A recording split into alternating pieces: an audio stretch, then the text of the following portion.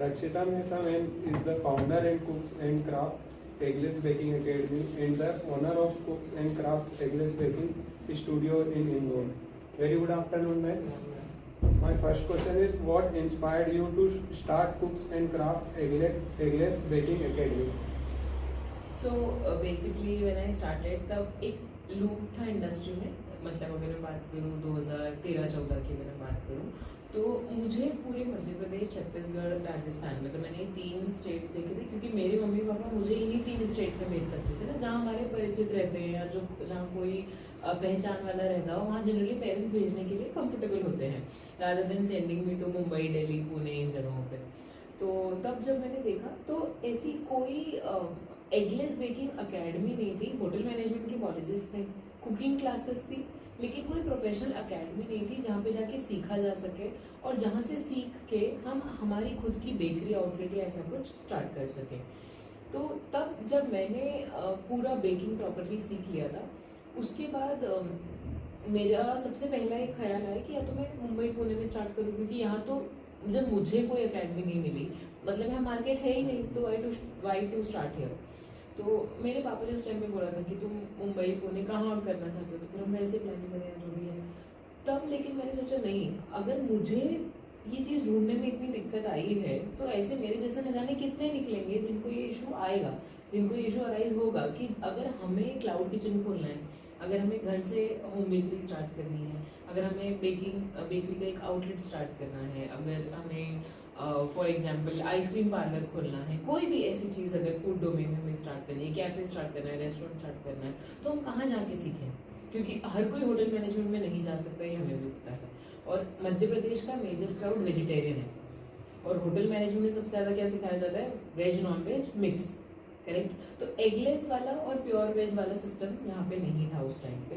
तो this was the main reason कि instead of going to Mumbai, Pune, Delhi और इन जगहों पे, I thought that it's a better idea to start in Madhya Pradesh, because always you get a first mover advantage when you start something in your own city or your state, and जहाँ पे ये चीज़ नहीं है तो you become the first mover and you can take the advantage of being the first.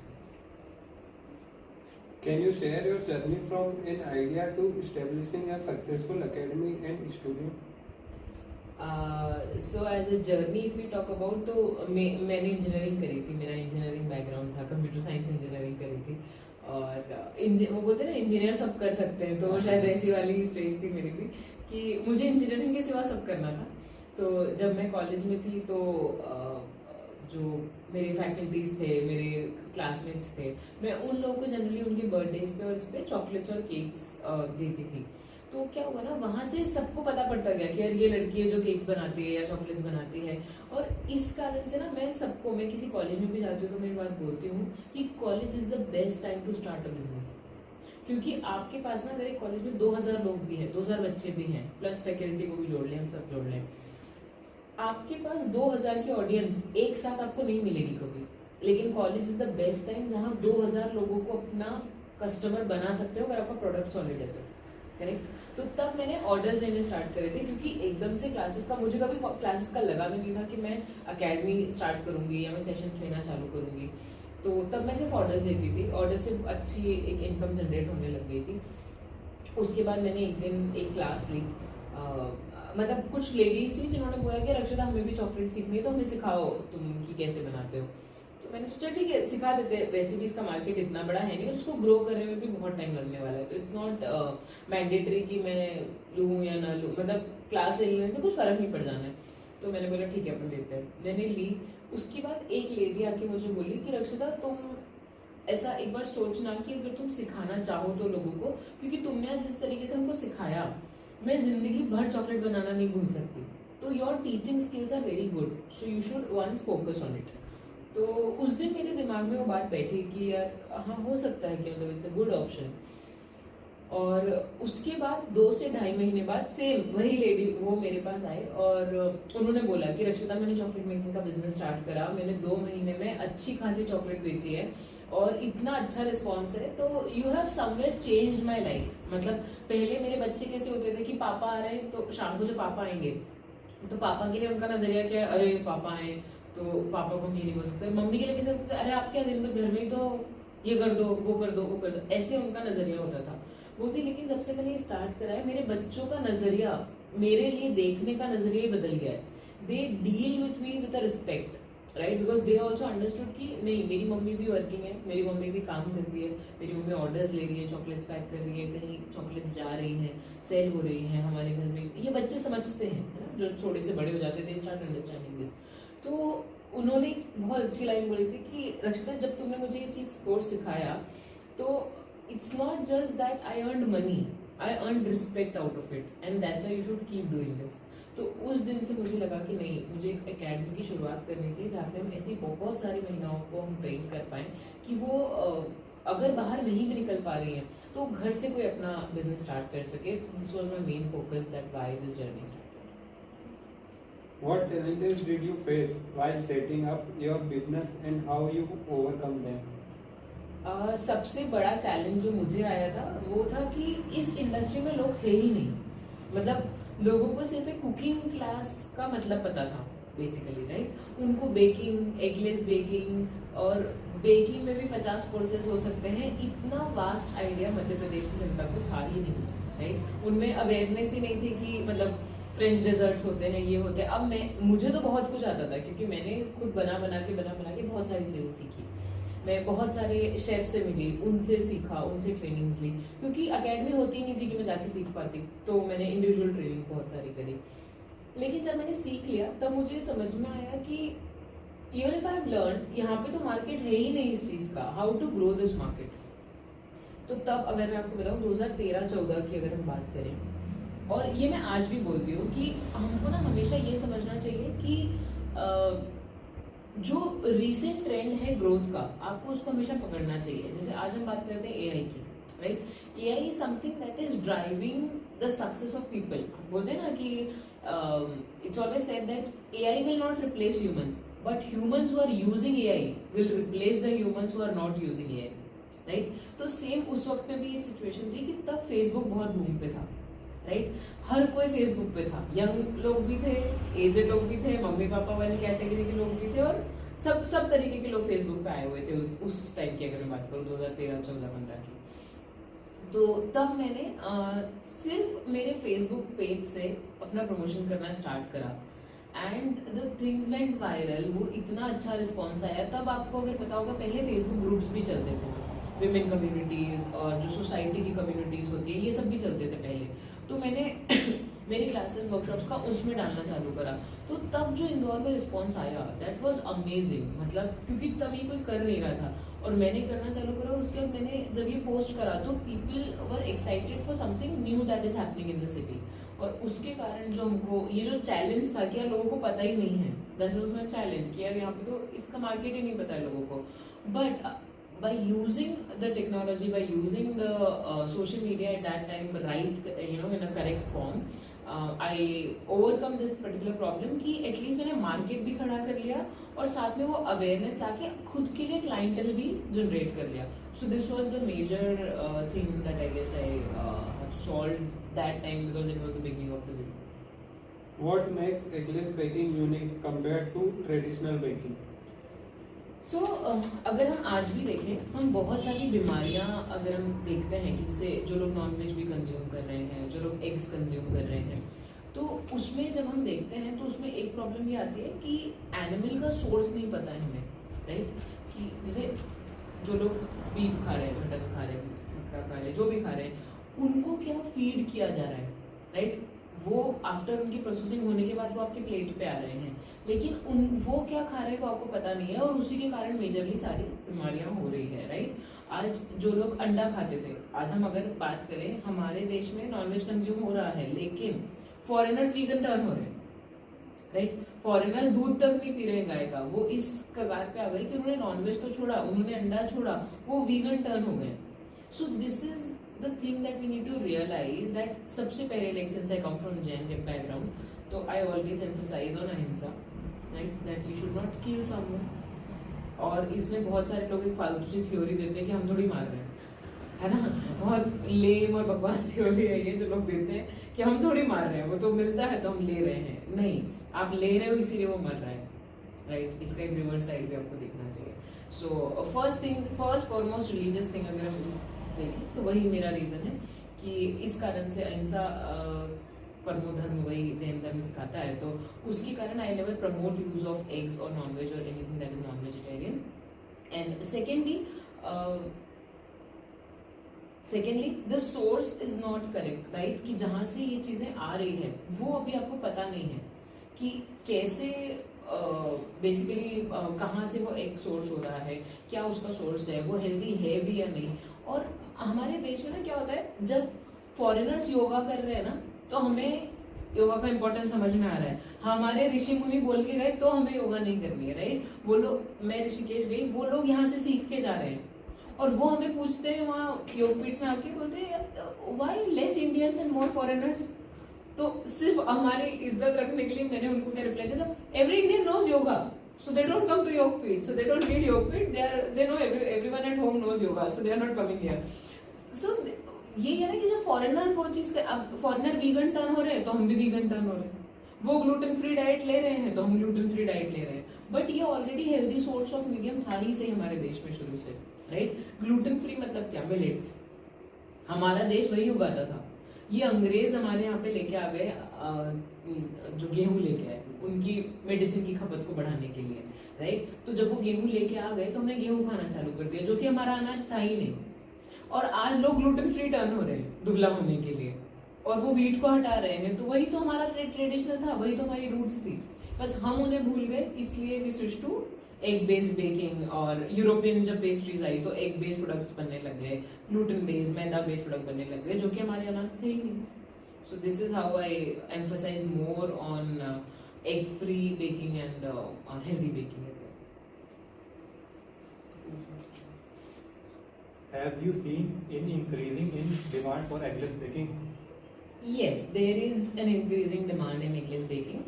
और उसका मैं आपको एक जस्टिफाइड रीजन अगर दूं कि जैसे मान लीजिए अगर एक व्यक्ति एग खाता है और उसका कोई दो दोस्त एग नहीं खाते हैं, तो वो जो केक ऑर्डर करेंगे वो एगलेस ही करेंगे, because they are somewhere connected to their friend who has religious beliefs that I will not consume egg, right. तो अगर 100 लोगों की पार्टी और 100 लोगों की पार्टी में अगर 10 लोग भी ऐसे आ रहे हैं जो एग कंज्यूम नहीं करते हैं, तो वो जो ऑर्डर कर रहा है वो व्यक्ति उनके सेंटिमेंट्स का बिल्कुल ध्यान रखेगा और वो एगलेस केक ही ऑर्डर करेगा.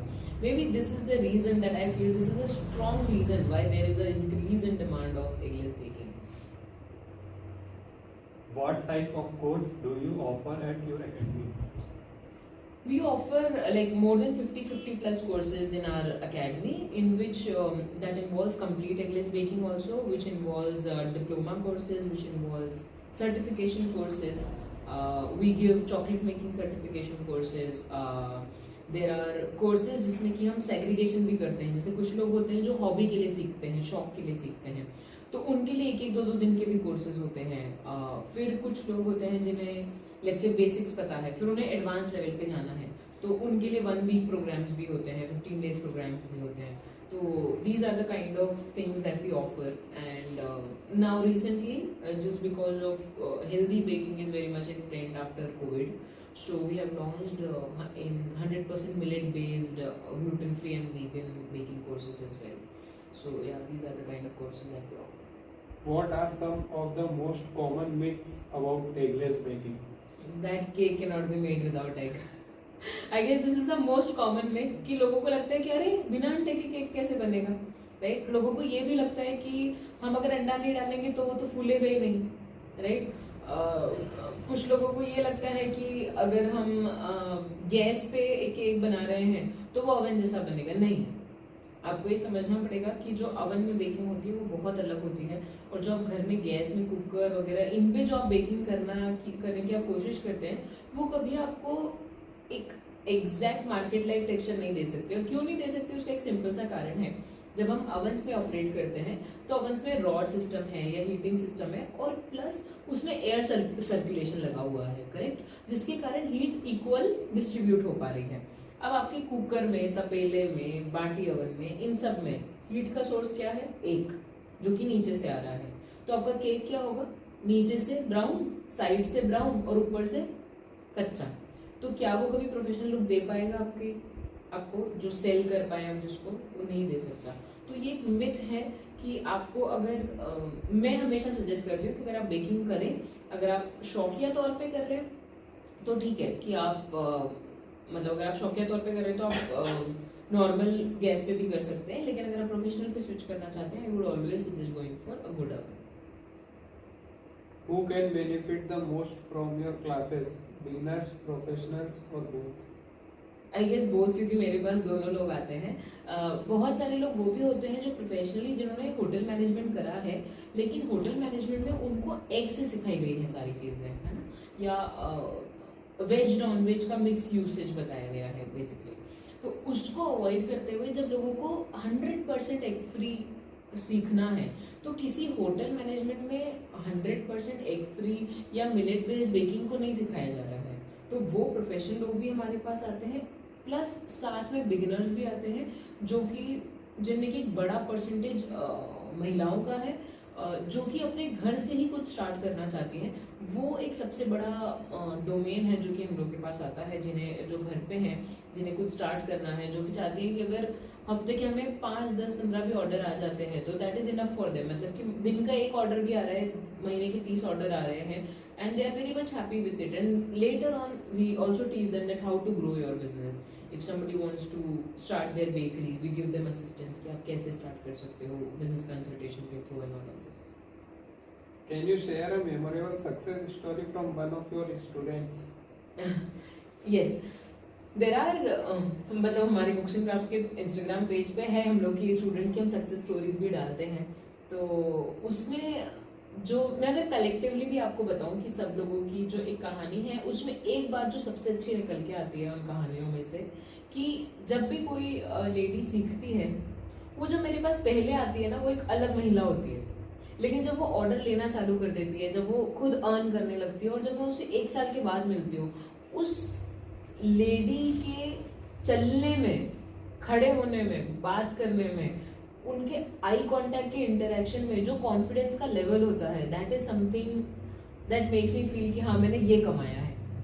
तो वो एक फीलिंग कि एक जो हाउसवाइफ जिसको शायद यही होप थी कि यार नहीं कुछ नहीं, ठीक है मैं खाना बनाऊंगी, सुबह का शाम का घर के सारे काम वाम करूंगी and I am devoted to my family and I don't want to do anything else other than this. But जब लोग अपने लिए कुछ करना चालू करते हैं देन दे रियलाइज कि they are very much happy after doing something for their own self, right? ये एक मैं सबको बोलती हूँ कि जब हाउसवाइफ्स अपने लिए समय निकालती है ना, या कभी दोस्तों के साथ कहीं चली गई, हमारी मम्मी वगैरह भी जैसे कभी अपने फ्रेंड्स के साथ जाती है तो उनको चिंता कि अरे मेरे बच्चे ने खाना खाया कि नहीं, अरे मेरे बेटे ने खाना खाया होगा कि नहीं। So this is a tendency in Indian women कि वो खुद अगर एंजॉय कर रही है तो खुद को गिल्ट में डाल लेती है कि अरे यार मैं यहाँ हूँ तो उनका क्या हो रहा होगा। नहीं, you should take out time for yourself. I always tell this कि सुबह का 1 घंटा अपने योगा सेशन के लिए निकालना ही चाहिए। वो आपका शरीर है, वो नहीं चलेगा तो इनके खाने भी नहीं बनेंगे। तो अगर आप दिन भर में भी अगर आपका पूरा दिन ऑक्यूपाइड है, लेकिन उसमें से आप कुछ समय ऐसा निकाल सकते हैं कि जब आप ऑर्डर्स ले सकते हैं, जब आप कुछ भी प्रोडक्टिव कर सकते हैं खुद के लिए, तो डेफिनेटली करना चाहिए। और खुद को जो भी आपको अच्छा लगता है, not just I am talking about the people who are into the baking field और समथिंग, आपके अंदर कोई कला है, कोई आर्ट है, उसको भी अगर आपको लाना है बाहर, definitely you should do it in that particular span of time कि आप एक दिन का एक समय निकालें जो आप खुद को दें। What marketing strategies have helped you grow your business? For the marketing strategies I always say कि मुझे सोशल मीडिया ने ही सबसे ज़्यादा ग्रोथ दी है, क्योंकि हम लोग का आज भी जो मेजर इंटरेक्शन होता है स्टूडेंट से, maybe for the classes inquiries, maybe for the courses और maybe for the informative purpose, it is majorly content creation and through Instagram and all social media platforms. क्योंकि होता क्या है, लोग ना social media को use करते हैं खुद के प्रोडक्ट को सिर्फ बेचने के लिए।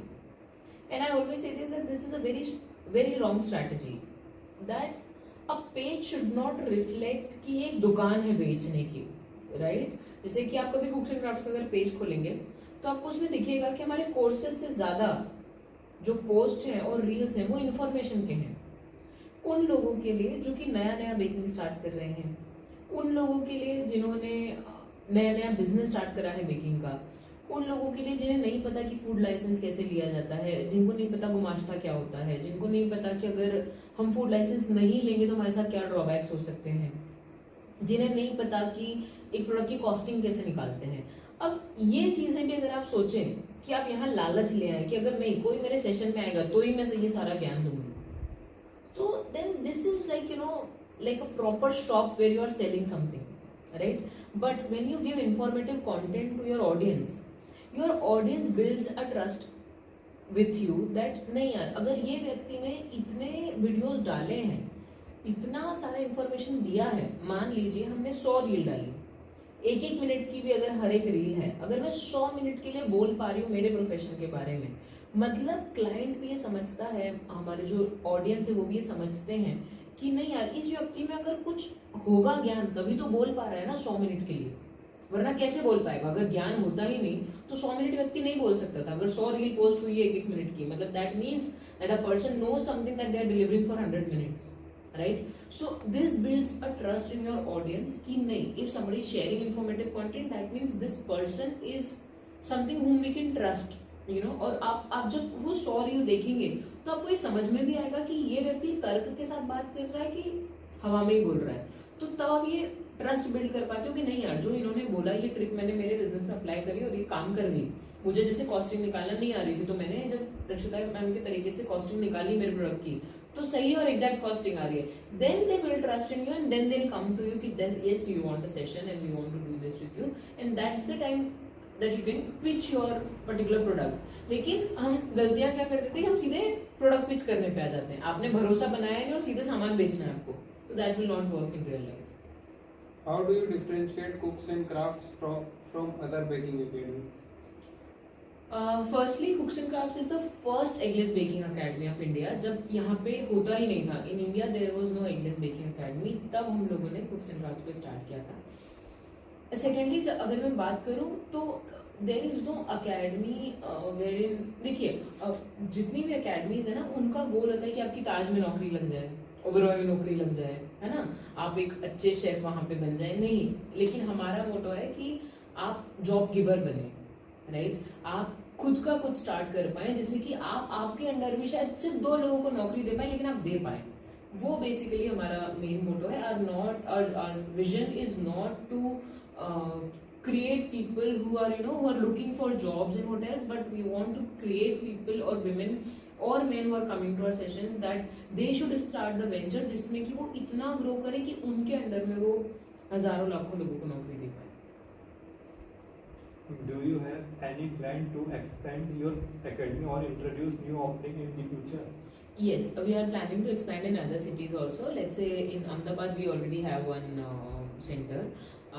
Now we are planning for other cities जहाँ पे कि एगलेस का डिमांड बड़ा है, और rather than moving to more of like metro cities or in the tier 1 cities, we are planning to expand to tier 2 cities जहाँ पे कि डिमांड है लेकिन अकेडमीज वहाँ पे खोलना नहीं चाह रहे हैं क्योंकि उन्हें स्टार्टिंग में छोटा क्राउड मिलेगा और अकेडमी का इन्वेस्टमेंट बड़ा इन्वेस्टमेंट करती है। जब कोई बड़ी अकेडमी अगर अपना खोलेगी तो उसके स्टेटस लेवल के हिसाब से एक बड़ा सा इंस्टीट्यूट लेगी, इंफ्रास्ट्रक्चर लेगी, उतनी फीस होगी, तो उतने लोग वहाँ आएंगे या नहीं आएंगे ये एक बहुत बड़ा प्रॉब्लम होता है। But we want to start in 2 tier only because the people in 2 tier, the women in 2 tier are facing a lot of problems because not everyone's parents or husbands or in-laws will allow them to go to a metro city, live there for 1 month or 2 months and leave their family behind and learn something and then start their careers. But if they're in their own city, they can definitely take out a 2 hours time, they can come to the class, they can learn something and they can start their own ventures. So that's our main focus. What advice would you give to someone who want to start their own baking business? I would always say that पहली चीज free फोकट में देना मत चालू करना किसी को। ये गलती सब लोग करते हैं। देखो, अगर हमने हमारे बिजनेस की स्टार्टिंग में किसी को फ्री में पहले चीजें दी है, ठीक है, आपका बिजनेस चल गया, जब आप अर्निंग स्टेज पे आ गए हो, वो व्यक्ति आपसे 2-3 बार फ्री में चीजें ले जा रहा है, will you be able to cope up with your expenses? No.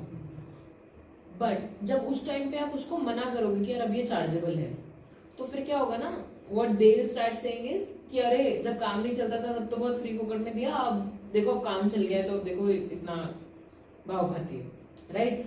तो why curate those kind of audiences, right?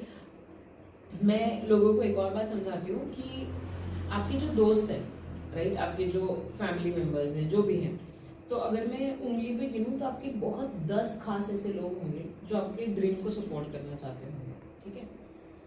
उस 10 लोगों के लोगों में 4 लोगों का एक परिवार मानूं मैं, अगर 4 लोग होते हैं घर में ऑन एवरेज, 40 लोग हैं आपके पास ऐसे जिनको आप अपना कस्टमर, फर्स्ट कस्टमर बना सकते हैं. If they like your product they could be your first 40 customers, right?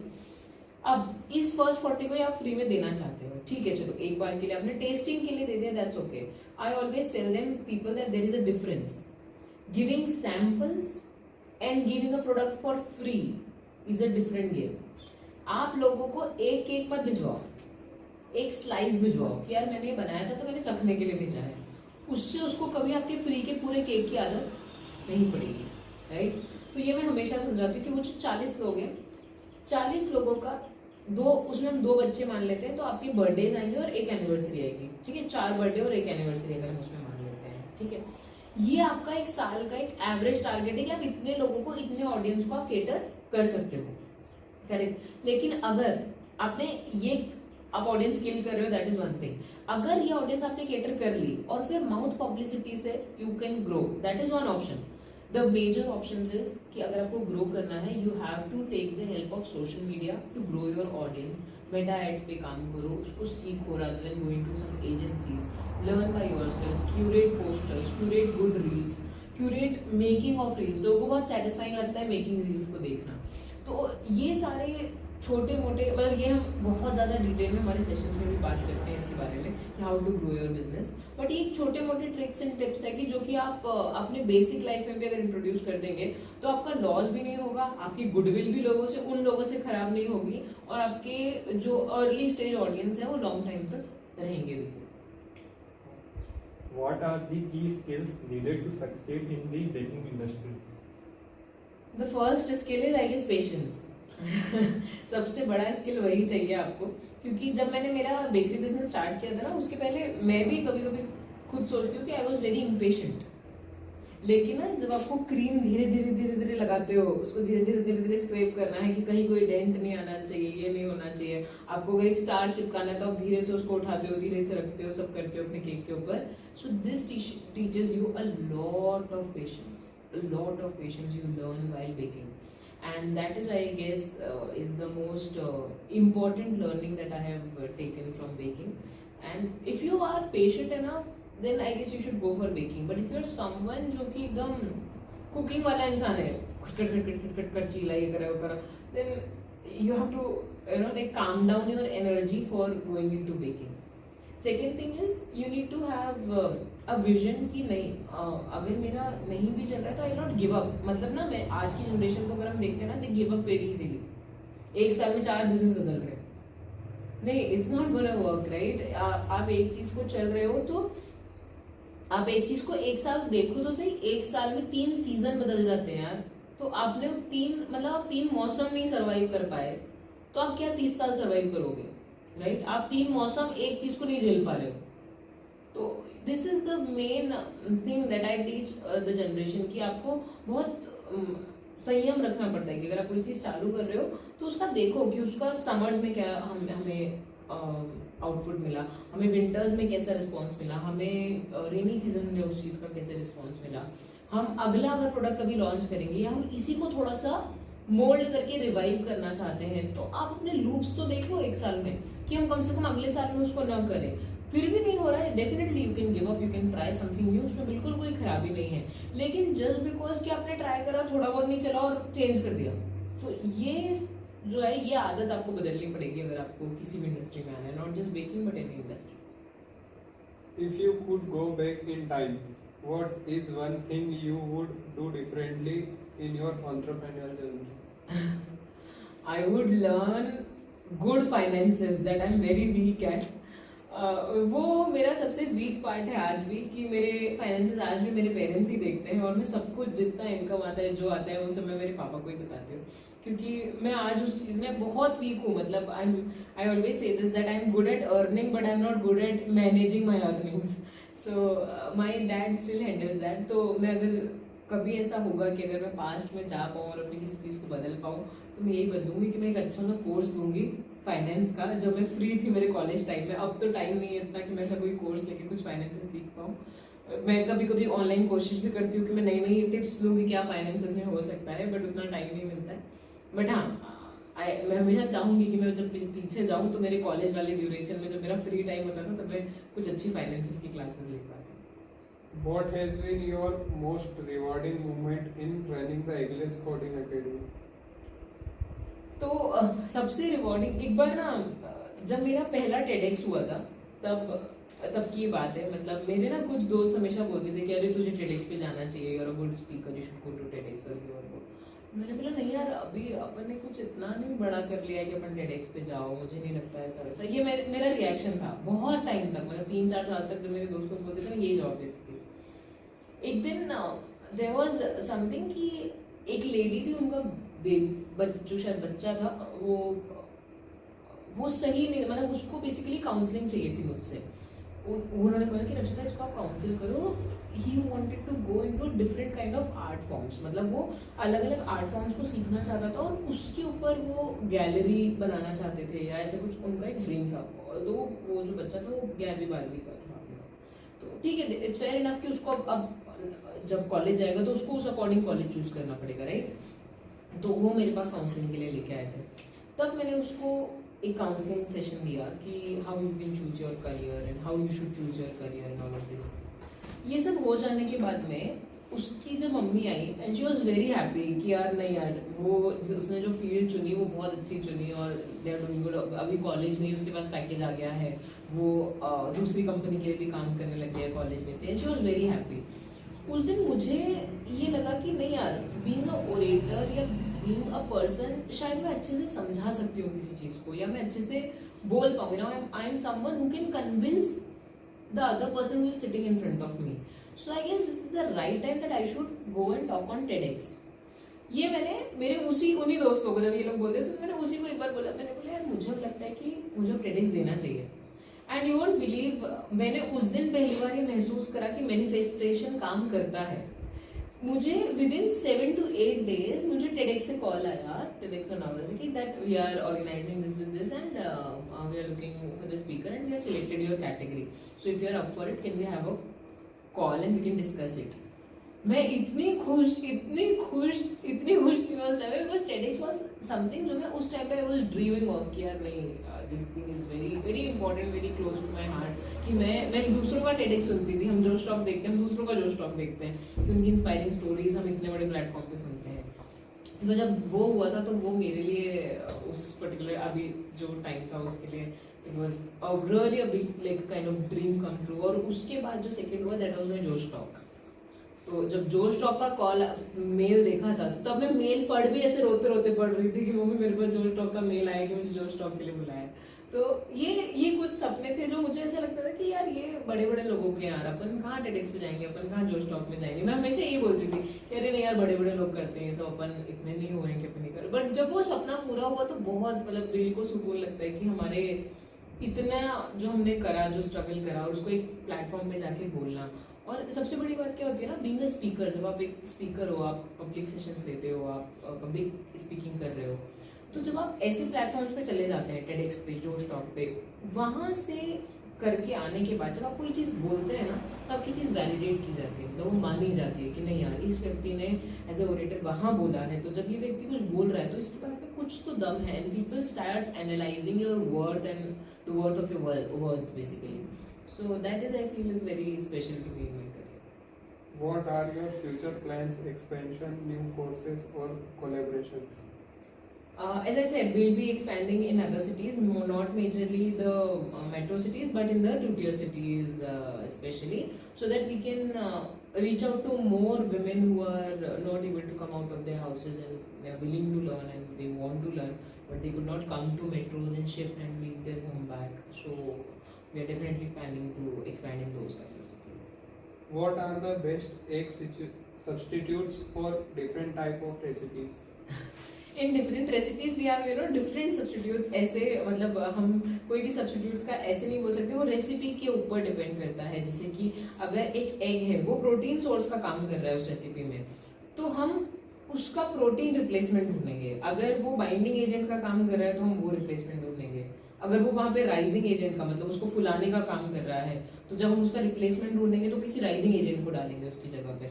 तो इस तरीके से एग को रिप्लेस करने के लिए ये देखना पड़ता है कि उस रेसिपी में उसका रोल क्या है, और उसके बाद हम उसका रिप्लेसमेंट डिसाइड कर सकते हैं। How do you ensure that eggless cake and pastries remain fluffy and moist? For moisture intaction, the main thing is the syrup soaking process एक होती है हमारे केक मेकिंग में, कि जब हम बनाते हैं तब भी हम ध्यान रखते हैं कि उसमें फैट कंटेंट इतना हो कि वो ड्राई ना हो। सेकेंडली हम सिरप सोकिंग और स्प्रेइंग इतने अच्छे से की जाती है कि वो मॉइस्ट रहे। Also temperature plays a important role, कि हम उसे उस टेम्परेचर में रखें और ऐसी पैकेजिंग में रखें कि वो ड्राई ना हो। Have you developed any unique or innovative techniques in eggless cooking? Yes, I always say this that in my sessions and my classes, मैंने ना, हम बोलते हैं ना कि पहले नौकरी कर लेनी चाहिए। तो नौकरी करने से आपको ये पता पड़ता है कि जो आपका एम्प्लॉय आएगा आपको उसके साथ कैसा बिहेव नहीं करना है, राइट? क्योंकि जो आपका बॉस आपके साथ करता है वो आपको दूसरे के साथ नहीं करना। तो ये जब मैंने मेरी अकेडमी चालू करी थी, तब मैंने बहुत सारी अकेडमीज को एक बार विजिट किया था, जस्ट टू अंडरस्टैंड कि लोग कैसे ऑपरेट कर रहे हैं या क्या लूप्स है इस इंडस्ट्री के।